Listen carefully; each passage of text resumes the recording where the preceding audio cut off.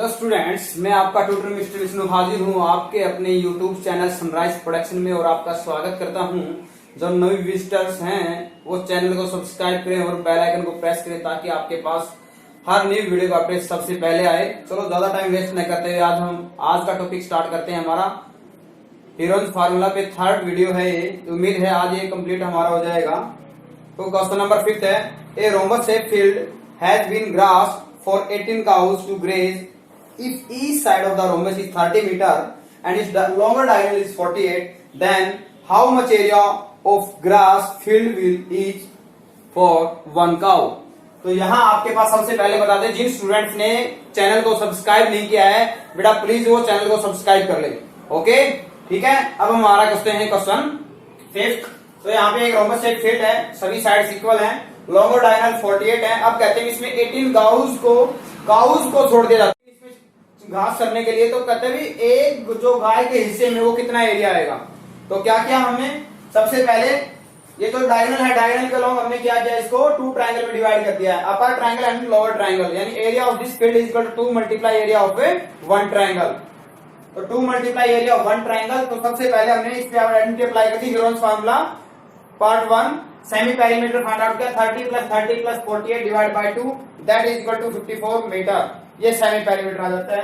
अब एरिया निकालते हैं एबीसी का। सेमी पेरीमीटर माने फर्स्ट साइड 30, सेकंड भी 30 एंड थर्ड आपके पास क्या है 48।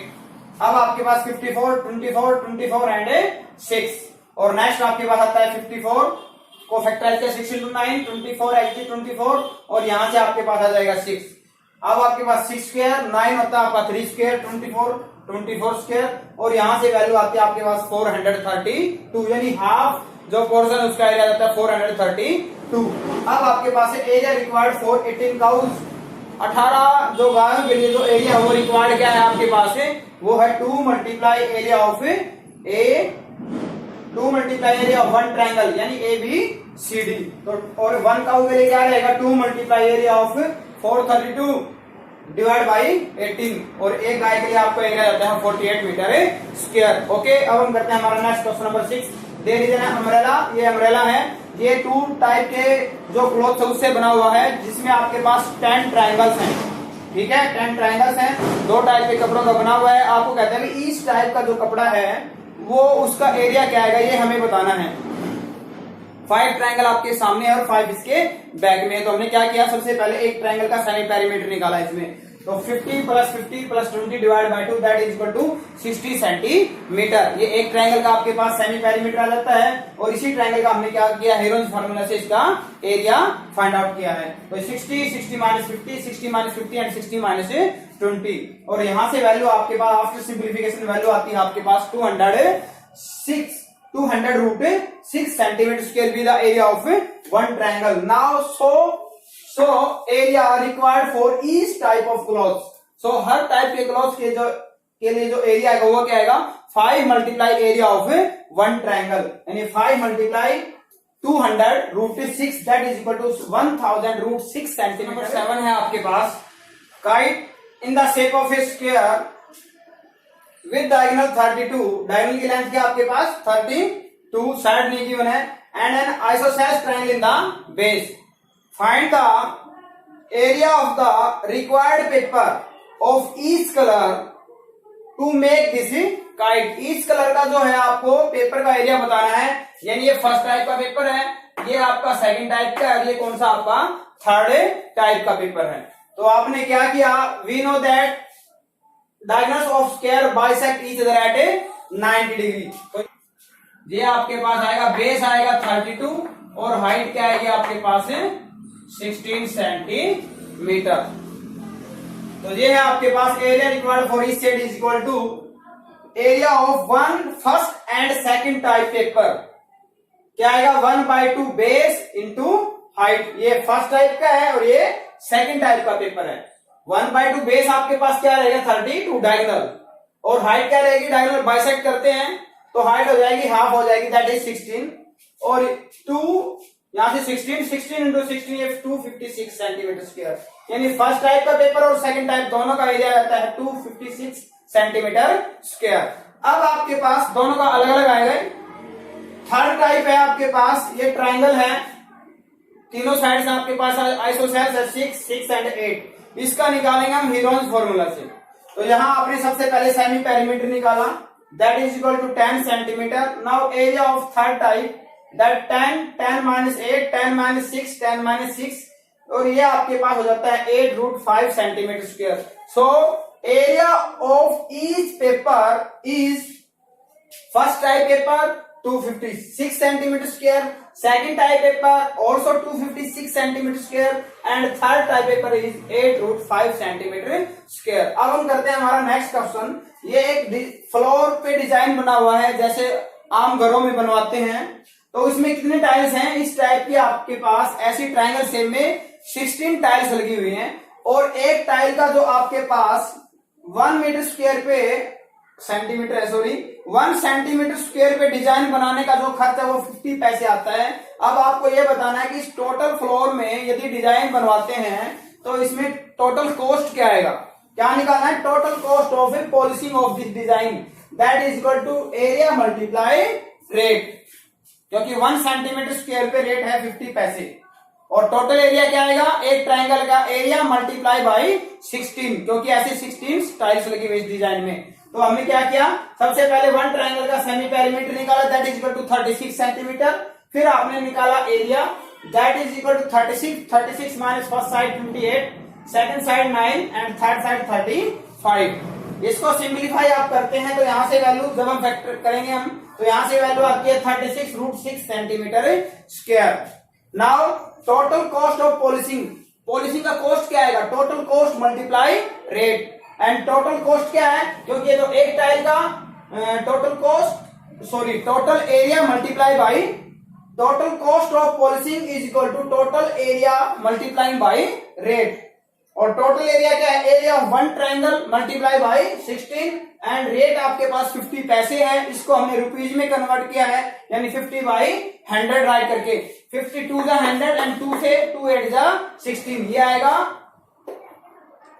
288.6 रुपीज। ये आपका रुपीज टोटल कॉस्ट, कॉस्ट किस में आता है? आपका रुपीज में आता है। A field in the shape of A trapezium whose parallel sides are 10 and 25 meter and whose non parallel sides are 14 meter and 13 meter। ये आपके पास ट्रेपेजियम शेप फील्ड है, ये साइड 10 और 25 मीटर है, ये 14 और 13 मीटर है। आपको इस फील्ड का एरिया बताना है। तो ये जो आपके पास हमें बताया एरिया ऑफ ट्रेपेजियम क्या होता है आपके पास है 1/2 B1 plus B2 into height. B1 क्या है? बेस, फर्स्ट बेस, और B2 क्या है? Parallel side, sum of parallel sides, यानी 25 प्लस 10 और इंटू हाइट, यानी क्या आएगा आपके पास एरिया? एरिया आएगा 1/2 इंटू 25 प्लस 10 और इंटू हाइट, जो हम यहां से फाइंड आउट करेंगे।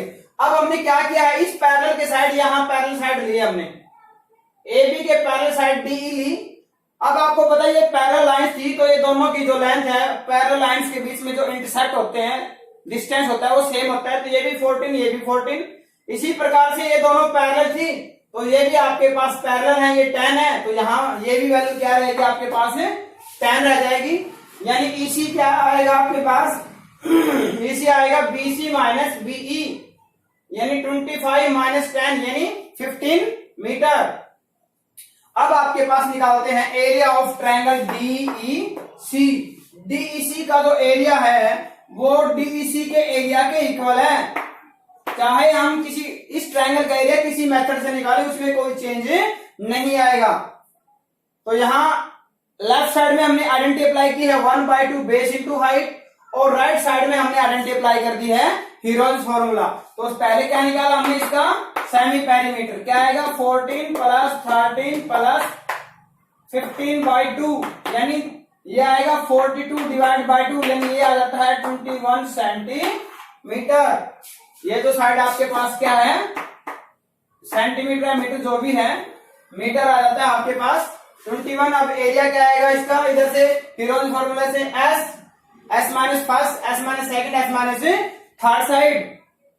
तो यहां से 21 को फैक्टराइज के 7 इंटू 3, यहां से 7 रहेगा, यहां से 8 को फैक्टराइज के 2 मल्टीप्लाई 2 मल्टीप्लाई 2, और यहाँ से 6 रहता है, तो 6 को हमने मल्टीप्लाई किया है 2 मल्टीप्लाई 3, ये 7 स्क्वायर, ये 3 स्क्वायर, ये 2 स्क्वायर और 2 स्क्वायर, ये आ जाता है। अब इधर से आपके पास बेस आपके पास 15 था, हाइट आपको फाइंड आउट करनी थी, यानी डीएल की वैल्यू क्या आती है 15 मल्टीप्लाई में, सॉरी 15 डिवाइड में और 2 मल्टीप्लाई में, और यहां से सिंप्लीफिकेशन करते हैं तो हाइट हमारे पास आ जाती है 11.2 सेंटीमीटर या मीटर, जो भी है मीटर है, ठीक है, 11.2 मीटर।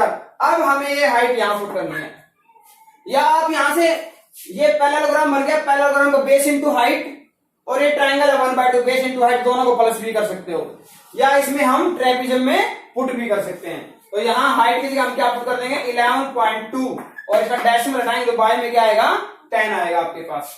यहां से वैल्यू आएगी आपके पास भी 56, और ये वैल्यू मल्टीप्लाई करते हैं यहाँ 35 multiply 56 divide by 10, 1960 divide by 10, ये आएगा 196 metre square beat its area. Very very important था, ट्रेपेजियम का एरिया लगाया हमने, इधर ट्राइंगल्स का एरिया दो वे से निकाला हमने, एक पे हीरन्स फार्मूला, एक में आपने 1/2 बेस इंटू हाइट, क्योंकि हमने परपेंडिकुलर इसमें ड्रा किया है, दैट इज डीएल। ठीक है, ओके स्टूडेंट्स, जो न्यू विजिटर हैं वो चैनल को सब्सक्राइब कर लें, और जो ओल्ड विजिटर जिन्होंने अब तक सब्सक्राइब नहीं किया वो चैनल को सब्सक्राइब कर लें। आपका ये चैप्टर कंप्लीट हो जाता है। अब हम आपको देंगे इस पे एक असाइनमेंट, फिर होगा आपके लिए एक test. Okay, thank you, have a nice day.